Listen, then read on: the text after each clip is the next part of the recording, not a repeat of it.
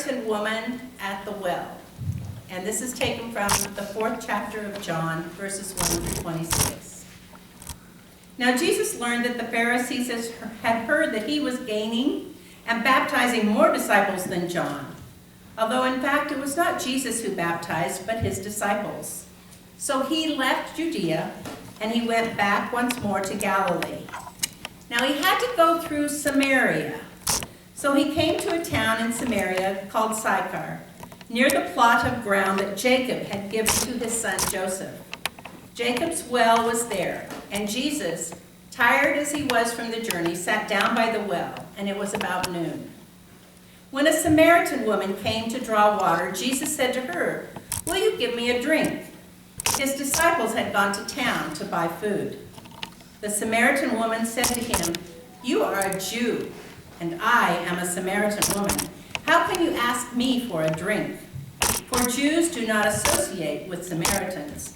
And Jesus answered her, "If you knew the gift of God and who it is that asks you for a drink, you would have asked him, and he would have given you living water." "Sir," the woman said, "you have nothing to draw with, and the well is deep. Where can you get this living water? Are you greater than our father Jacob, who gave us this well and drank from it himself, as did also his sons and his livestock?" And Jesus answered, "Everyone who drinks this water will be thirsty again, but whoever drinks the water I give him will never thirst. Indeed, the water I give them will become in them spring of water welling up to eternal life." This woman said to him, "Sir, give me some of this water, so that I don't get thirsty and have to come out here to draw water." And he told her, "Go call your husband and come back." "I have no husband," she replied. And Jesus said to her, "You're right when you say you have no husband. The fact is, you've had 5 husbands, and the man you now have is not your husband. What you have said is quite true." "Sir," the woman said, "I can see you are a prophet. Our ancestors worshipped on this mountain, but you Jews claim that this place where we must worship is in Jerusalem." "Woman," Jesus replied, "believe me, a time is coming when you will worship the Father neither on this mountain nor in Jerusalem. Samaritans worship what you do not know. We worship what we know, for salvation is from the Jews.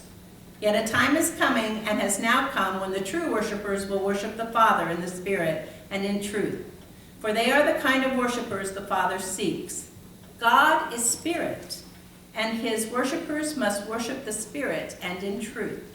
And the woman said, "I know that the Messiah, called Christ, is coming, and when he comes, he will explain everything to us." And then Jesus declared, "I, the one speaking to you, I am he." So on the front of your bulletin, I had the opportunity to visit the Holy Land, and this is a picture of Jacob's well. It's kind of dark because it's in a church, an Orthodox church there, and it's kind of dark inside. So the picture didn't turn out, but you can see the well, and this is where they believe that the original Jacob's well was located in Samaria. It is now considered a Christian holy site, but as you know, all of the what's called the religions that worship one God all relate back to Abraham.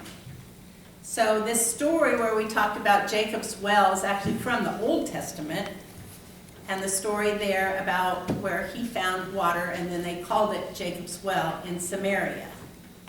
So this is just a little background to the story that's important, because the Jewish people related back to Abraham, the Christian people related back to Abraham, the Muslims relate back to Abraham, and the Samaritans. So it all started with the same understanding of God, and then kind of branched out.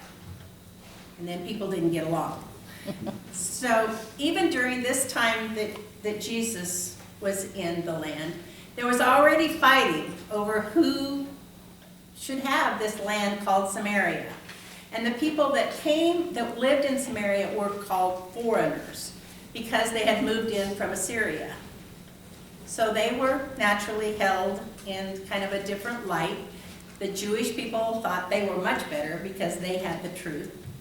You know, the Gentiles, we read in the Bible about the Jews and the Gentiles. The Gentiles are the ones that are not Jewish.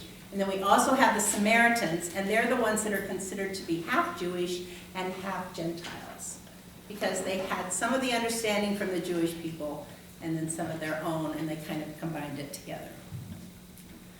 So it's interesting because Jesus was traveling. He had been in Judea. And do you remember the map of the Holy Land, what it looks like? So Judea's in the south, and Galilee's in the top, and Samaria's in between. And the Jewish people were afraid to go through Samaria because they were afraid of people that were different than them. So they would cross over the Jordan River and go around. But Jesus, and one of the important things in this Bible lesson today, Jesus, it says he had to go through Samaria. So some people say, well, why didn't he go around like everybody else? Well, it's not just because of the different geography. It's all related to this story of how we grow in our spiritual journey. And Jesus had to go through Samaria because he was going to tell good news, not just to the Jewish people or the Gentiles, but to all people. So the Samaritans represent kind of the rest of us, the rest of the world. So when we look at this, we have Jesus sitting down at this well, and the Samaritan woman comes along, and he talks to her. And the first thing that was unusual about this interaction was she was surprised that a Jewish man would talk to her. She said, "Oh, I'm a Samaritan woman, and you're talking to me." And he said, "Yes," knowing that all people are equal, that there aren't some that are better than others and some that have different colored skins, but we are all equal. So he spoke to this woman, and he asked her for a drink of water. And it doesn't even say if she gave him a drink of water, but I'm assuming that she used her bucket and got water out of the well. And they're continued to talk together, and he tells her about this living water. And she's totally confused because for her, water's water, just like we think of water. And do you remember water represents truth? So all water represents truth, but the water which comes out of the Bible, which comes out of holy books, is considered living water because it gives us the truth that helps us to live a better life. So Jesus was talking about this living water then helps you to find your way and to live a better life and to move on to the next life. Somebody's coming.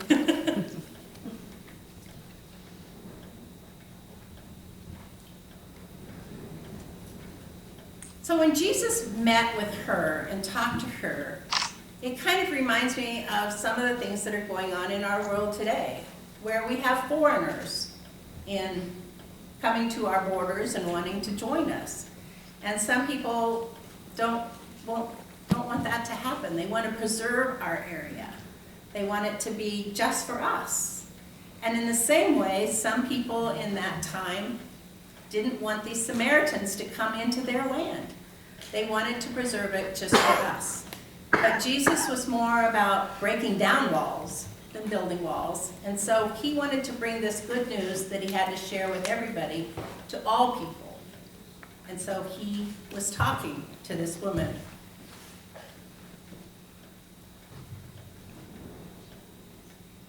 So there are two lessons that I think are important in this one today. One is the importance of meeting everyone where they are and realizing we're all equal, that there is not one group of people, be it Mexican or people from the Middle East. Jewish people are no different from Christian people. The Samaritans were the same. We all have this equivalency. And I know Sophia is here, and in Garden City, you go to school with a wide variety of kids, don't you? Do sometimes some treat others not as nice? Kind of. That can kind of happen. So this is Jesus teaching us to treat everyone well. Not just the people that look like us or think like us, but even those that may have a different religious background or a different understanding. And the second thing that's interesting, and this is part of what kind of Swedenborg brings to the picture. So we have Judea at the bottom of the Holy Land, and we have Galilee at the top with Samaria in between. And Judea is our heart-centered. So that's that good desire where we go, well, for example, Cameron and Levi, when somebody new comes to your grade, it's kind of hard being the new person, isn't it? So sometimes they come in and you have this good thought, I should be kind to them, because it's hard when you're new to the class or new to the school. So that's your heart part. And then to get to the point where you actually do it, which is represented by Galilee, you have to go through Samaria. And Samaria is where you think about it. So you think, well, what could I do to make this person feel better? What could I make that to do? What could I do so they would feel better about being part of my class? Well, maybe you decide to sit with them at the lunchroom. So that's our thinking part. So in order, we get these good feelings on what we should do, but in order to act on it, we have to go through Samaria. Is what it's represented in this story. So Jesus had to go through Samaria to get to the next level within. We have to think about these things in our lives. Somebody may tell us something that is true for them, but we have to think about it and say, is that true for me? We have to go through Samaria. And it goes both ways, because sometimes it's that desire in our heart that we want to do something good, and before we can act on it, we need to think about it. But also, sometimes just good things happen to us. And before we can spread it out to other people, we need to think about it and write our gratitude journal and remember the things that we're thankful for and then act on it.